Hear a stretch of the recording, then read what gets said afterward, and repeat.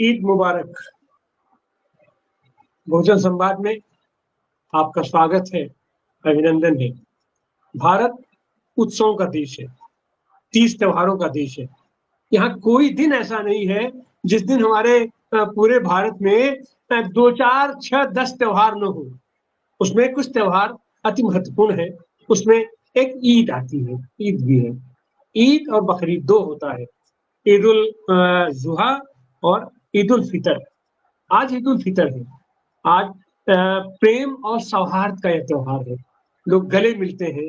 एक अपने मुस्लिम भाई खुले मैदान में आज वो नमाज पढ़ते हैं, नमाज अदा करते हैं और एक दूसरे के गले मिलते हैं और सबसे गले मिलते हैं।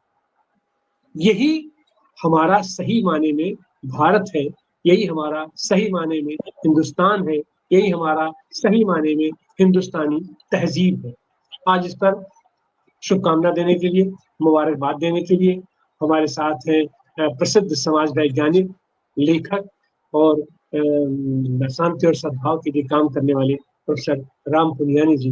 आपका स्वागत है, अभिनंदन है। और हमारे साथ हैं हमारे को होस्ट भागवत परिहार जी। आप सबकी तरफ से आप सबको ईद की बहुत बहुत मुबारकबाद। आज के दिन को प्रोफेसर साहब आप कैसे याद करेंगे? देखिए, पहले तो आपका बहुत धन्यवाद। आपने इस पे एक विशेष कार्यक्रम रखा है, क्योंकि मुसलमानों के बीच में ही नहीं, बाकी सब लोगों के बीच में ये एक महत्वपूर्ण दिन है। त्यौहार तो वैसे मुस्लिम कल्चर, मुस्लिम संस्कृति और मुस्लिम धर्म से जुड़ा है, पर जहाँ तक भारत का सवाल है, भारत में भी ये बड़े जोर शोर से मनाया जाता है। अब ये बात और है, जैसे आपने बिल्कुल सही कहा कि ईद क्या प्रतीक है।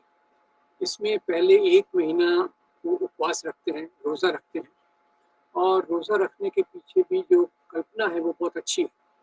कल्पना ये है कि आप भूखे रहकर ये महसूस करें कि भूखे लोगों की तकलीफ क्या होती है, और उसी के साथ साथ जो आप सहिष्णुता, प्रेम और समाज के लिए सोचने की बात करें, तो जैसे 1 महीना भर ये रोज़ा रखा जाता है, और रोज़े के दिन ये मुख्य बात यही होती है, महसूस करना भूखे लोगों का दर्द क्या होता है। और 1 महीने के इस पूरे उत्सव के बाद जब ईद का दिन आता है, तो उस दिन 2-3 चीज़ें महत्वपूर्ण हैं।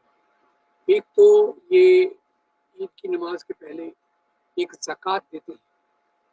ज़कात का यही मतलब है, जो समाज में अपनी आय का 2.5% होता है, उसका मतलब यही होता है कि समाज के जो उपेक्षित लोग हैं, जो खुद स्वतः होकर इसको नहीं मना सकते या उनके जीवन में आर्थिक संकट है, तो इस ज़कात से उनकी मदद हो। दूसरा, इस पूरे त्यौहार में महीने भर में बाकी जो लोग वंचित हैं, उन लोगों को बुलाया जाता है, उनके साथ भोजन शेयर किया जाता है। तो ये एक इस प्रकार की जो इस प्रकार का त्यौहार है, जो समाज के बारे में बहुत सारी चेतना खड़ी करता है। चेतना समाज की गैर बराबरी की, कि ठीक है भाई, मैं समृद्ध हूँ और समाज में बाकी लोग इतने समृद्ध नहीं है, वंचित हैं, तो उनका ख्याल रखा जाना चाहिए। समाज में कहीं भूख नहीं होना चाहिए। ये गहरा संदेश तो इसका यही है। और एक इसमें धार्मिक भी ये जुड़ा हुआ है कि इसी दिन मोहम्मद साहब को ये इस्लाम का पैगाम जो खुदा की तरफ से इसी दिन, वो जो उनके एंजल गैब्रियल के माध्यम से इसी दिन मिला था। तो लुब्बो-लुआब ये है कि ये कई चीज़ों को प्रतिनिधित्व करता है। एक धार्मिक तौर पे इस धर्म का संदेश आना, सामाजिक तौर पे समाज की गैर बराबरी के को इंगित करना, और तीसरा एक अपने आप को समाज के प्रति समर्पित करना। जहाँ तक भारत में सवाल है, उसका थोड़ा ये भी जोड़ देता हूँ। एक मज़ेदार किस्सा मुझे याद आया कि अभी तो खैर सांप्रदायिकता बहुत बढ़ रही है, और पिछले 10 सालों में जो ईद इफ्तार की पार्टियाँ होती थी, पहले इफ्तार की पार्टियाँ प्रायः सभी लोग देते थे, सभी राजनीतिक दल, प्रतिष्ठित लोग इफ्तार की पार्टी देते थे। वो एक प्रकार का सामाजिक मेल जोल का एक बहुत महत्वपूर्ण तरीका था, क्योंकि त्यौहार एक ऐसे मतलब होता है, त्यौहार में 2 पक्ष होते हैं। एक पक्ष होता है धार्मिक, धार्मिक तो खैर मुसलमान नमाज पढ़े। दूसरा होता है सामाजिक।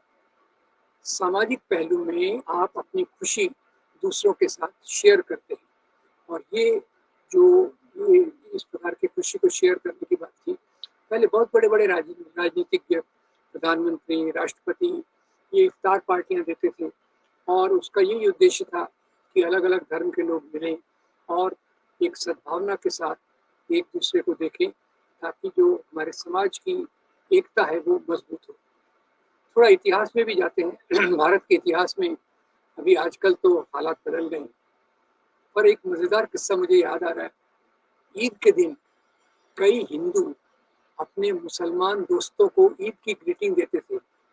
कैसे देते थे? वो उनको कहते थे ईद की राम राम, ईद की राम राम। अब इससे मुझे कोई अच्छा प्यारा शब्द दिखता नहीं है कि एक तरफ आप ईद कह रहे हैं और आपकी राम राम को स्वीकार किया जा रहा है। आप अपनी एक अच्छी परंपरा को दूसरी परंपरा के साथ जोड़ देते हैं और एक मिश्रित समाज का यही मुख्य उद्देश्य होता है कि एक दूसरे के धर्म का जो सामाजिक पहलू है, सामाजिक पहलू में आप शामिल हो। ऐसा जैसे ईद की बात है, वैसे मैं आपको बता दूं कि होली का त्यौहार है, ये मुगल राज कोर्ट्स में मनाया जाता था। सूफी संतों की दरगाह पे फाग फाग के नाम से ये उत्सव बहुत प्रचलित था। और वहीं एक दो चार ही मैं उदाहरण दूंगा, क्योंकि ये जहाँ तक त्योहारों का सामाजिक पक्ष है, सभी धर्म के लोग बड़ी खुशी से यहाँ मनाते थे। और एक जैसे दिवाली एक महत्वपूर्ण त्यौहार है हिंदुओं का। अब दिवाली में भी एक तरफ पूजा पाठ है और दूसरी तरफ सामाजिक पहलू है। तो मुगल कोर्ट्स में दिवाली को मनाया जाता था जश्न ए चिरागा चरागा के नाम से, जश्न ए चराग। यानी इसका प्यारापन देखिए कि उन्होंने इसको कितनी आसानी से, और खैर मुगल आजम तो वैसे काल्पनिक कहानी पर है, पर फिर भी वो एक समाज का प्रतिबिंब दिखाता है। जैसे हमारी कृष्ण जन्माष्टमी, तो आप देखेंगे कि अकबर के महल में कृष्ण जन्माष्टमी मनाई जा रही है, भगवान कृष्ण को झूला दे रहे हैं और झूला देने वाले में अकबर सबसे पहले है। और फिर वो जो मोहे पन घट पे नंदलाल छेड़ गए हो रे, इतना प्यारा गीत वो मुगल दरबार में गाया जाता था।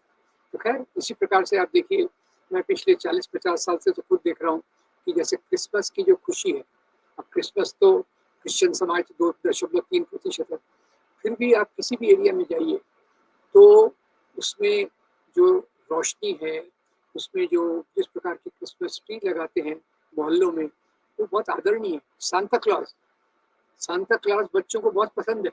अब बच्चे इस पर भेदभाव नहीं देखते कि ये क्रिश्चियंस का है, ये हिंदुओं का है। तो मेरी एक मित्र है, वो मुसलमान है, उनकी शादी एक हिंदू से हुई है, तो उनके परिवार में क्रिसमस भी मनाया जाता है, ईद भी मनाई जाती है, दिवाली भी मनाई जाती है। और ये सबसे अच्छा वक्त बच्चों के लिए भी रहता है, क्योंकि बच्चों के लिए इसमें खास तौर से रहता है। जैसे ईदी नाम की एक चीज़ है, तो जो बड़े लोग हैं वो छोटे बच्चों को ईदी के नाम से पैसा देते हैं या कुछ भेंट देते हैं। तो मुख्य रूप से ये मैं कहूँगा कि ईद भी एक भारत के उन त्योहारों में, जैसे आपने कहा भारत में बहुत त्यौहार है, तो मैं त्योहारों को केवल धर्म से नहीं जोड़ता, त्योहारों के सामाजिक पहलू को समाज से जोड़ता हूँ। और अगर हम संकीर्ण नहीं है, संकीर्णता है तो बात अलग है, जैसे संकीर्णता अभी विकसित हो रही है, संकीर्णता नहीं है तो इन त्योहारों को मनाना ये सबको खुशी देता है। अब मैं आईआईटी में था, हमारे पड़ोस में एक मुस्लिम प्रोफेसर रहते थे। हर बार ईद के दिन हम उनके घर टपक जाते थे, और जो भी है उसके लिए कोई इनविटेशन की भी जरूरत नहीं रहती है। ये आपको खास बता दूं, ईद के दिन आप अपने मुसलमान दोस्त आपको इनवाइट नहीं भी करें तो आप उनके घर टपक सकते हैं और आपका उतना ही स्वागत होगा जितना कभी और होगा। तो ये तो खैर निजी अनुभव है। मेरे काफ़ी ऐसे मुस्लिम दोस्त थे, हैं, अभी कम हो गए हैं, पर जिनके यहाँ ईद में आना जाना, उनके साथ गले मिलना। और अभी एक नया आंदोलन भी चालू हो रहा है। आंदोलन मतलब ये, इसकी बात तो बहुत सालों से चल रही है कि भारत में जैसे एक प्रकार से सांप्रदायिकता को बढ़ावा दिया जा रहा है, संकीर्णता को बढ़ावा दिया जा रहा है, उसी के साथ साथ अगर लोगों के बीच में मोहब्बत के पुल बनाना है तो त्योहारों के सामाजिक पहलुओं को मिलकर मनाना ये एक बहुत महत्वपूर्ण चीज होगी। और आज के समय में इसका खास महत्व इसलिए बढ़ गया है क्योंकि जैसे पिछले 10 सालों में देखिए, कभी सुना ही नहीं देता कि कोई नेता इफ्तार पार्टी दे रहा है, और समाज में भी इस प्रकार का मिलन पहले से कम हो गया, ये मुझे लगता है। तो इसमें इस मौके पर सभी धर्मों के त्योहारों को मिलजुल कर मनाने को प्रेरित करना, जो चीज़ स्वाभाविक रूप से पहले चल रही थी, स्वाभाविक रूप से चल रही थी, संकीर्णता की राजनीति के कारण उसको दबाया गया है, तो उसको रिवाइव करना, उसको पुनर्जीवित करना, ताकि समाज भी एक एका बना रहे।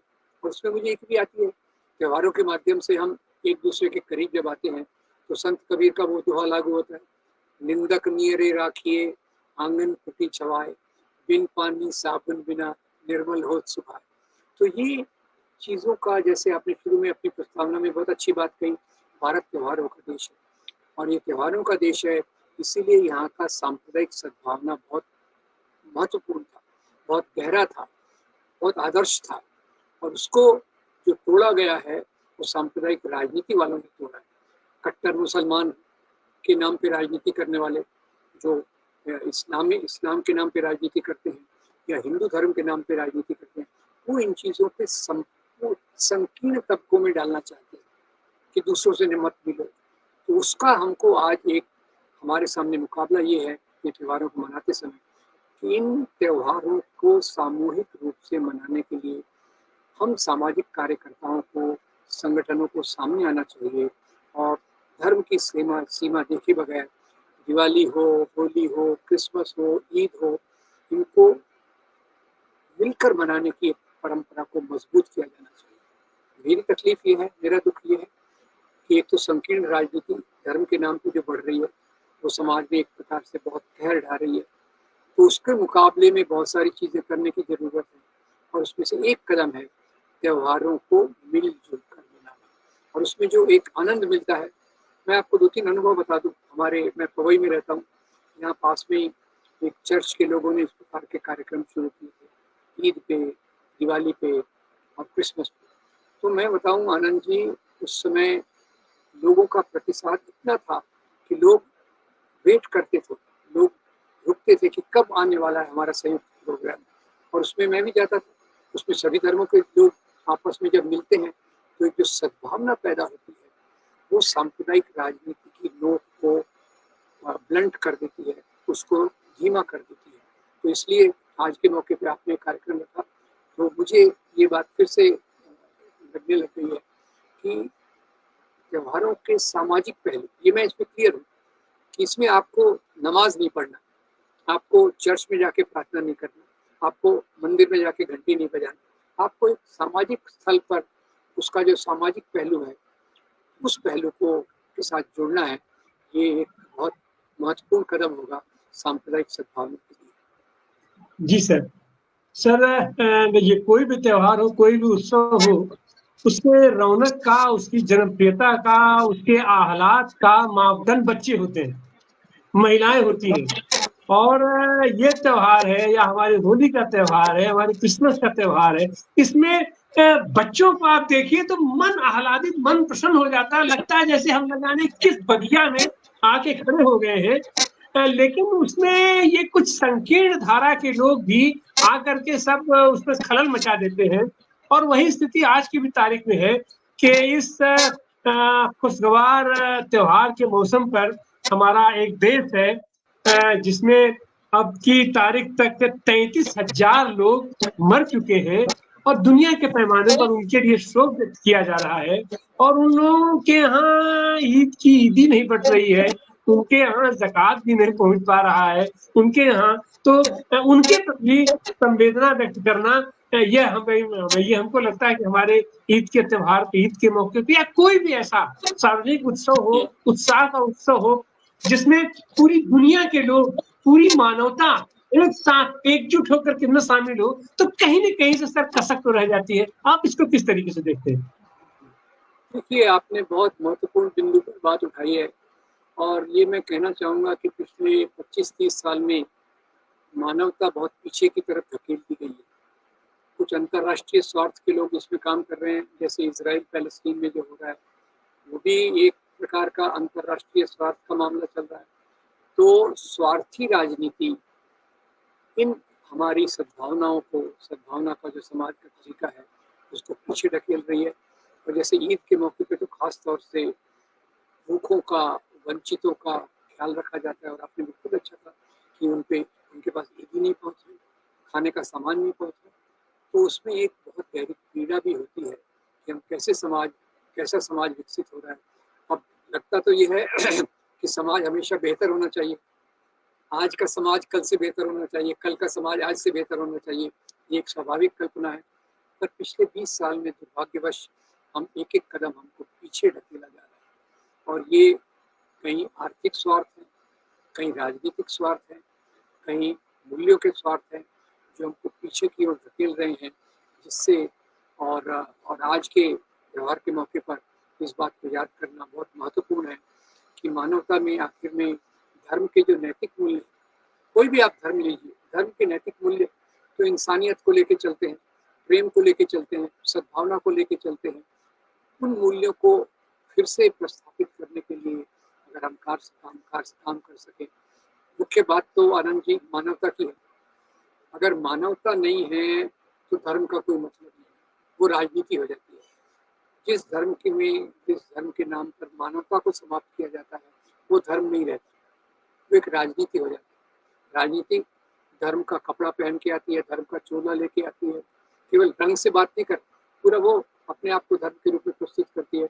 और मेरा गहरा विश्वास है कि जिस भी चीज़ में मानवता नहीं है, गरीबों के लिए संवेदना नहीं है, वंचित वर्ग के लिए संवेदना नहीं है, वो धर्म नहीं हो सकता। वो केवल कुछ लोगों का राजनीतिक स्वार्थ, संकीर्णता, उसके आधार पर चलती है। इसलिए मानवता को एक बहुत ध्यान रखा है। और एक बात और मुझे याद आ गई, तो आपने अंतर्राष्ट्रीय बात की, बीच में एक सैमुअल हंटिंगटन थे, उन्होंने कहा ये युग जो है वो सभ्यताओं के संघर्ष का है। खास तौर से जब अमेरिका अपनी नीतियों के आधार पर तेल के कुओं पर कब्जा कर रहा था, तो वो इसको इस प्रकार से जस्टिफाई कर रहे थे कि इस्लाम एक पिछड़ी हुई संस्कृति है जो विकसित पाश्चात्य सभ्यता पर हमला कर रही है। इसको लेके अमेरिका ने और ब्रिटेन ने पूरा अपनी चाल खेली तेल के कुओं पर कब्जा करने के लिए।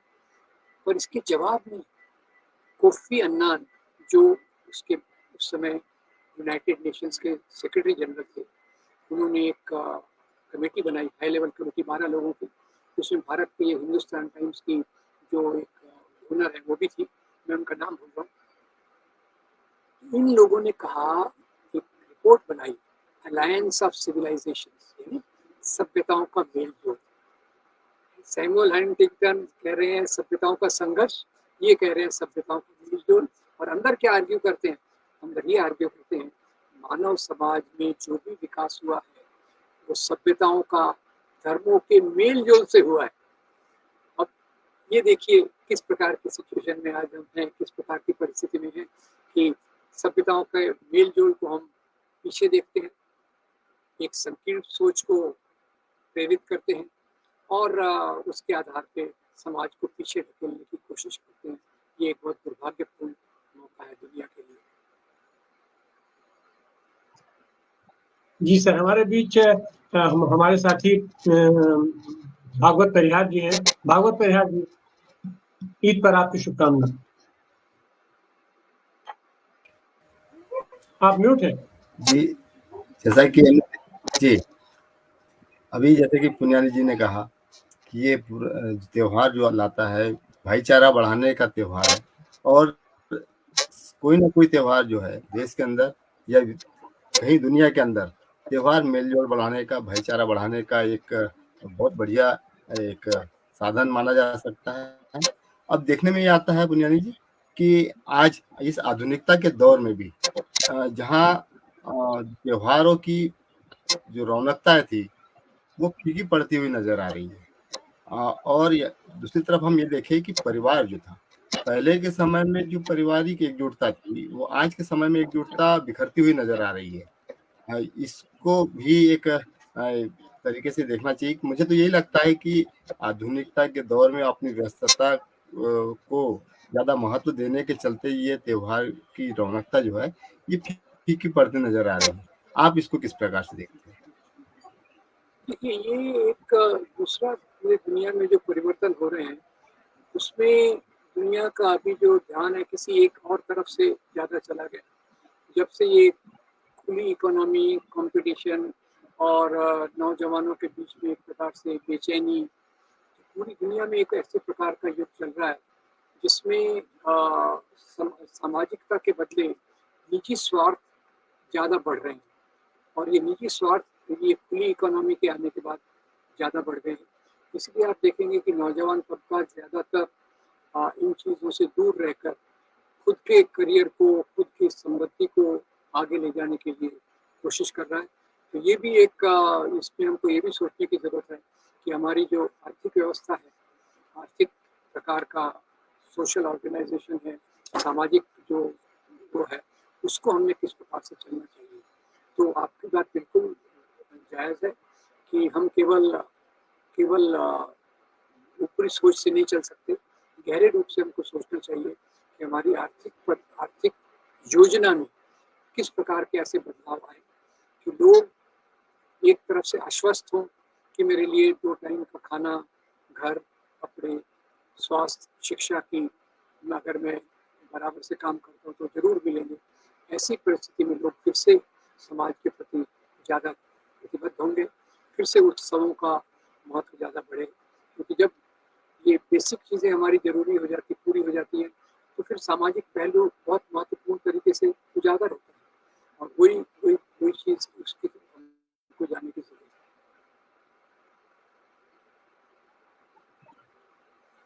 है। जी सर, बहुत बहुत धन्यवाद। हम सबकी अपेक्षा है कि हम सबके जीवन में ईद के सेवइयों की मिठास ऐसे ही बनी रहे, ईद की ईदी बढ़ती रहे। और इन्हीं शब्दों के साथ हम एक बार फिर बहुजन संवाद की ओर से और पूरे देशवासियों को ईद मुबारक की राम राम, ईद मुबारक की राम राम, ईद मुबारक की राम राम। है। शुक्रिया।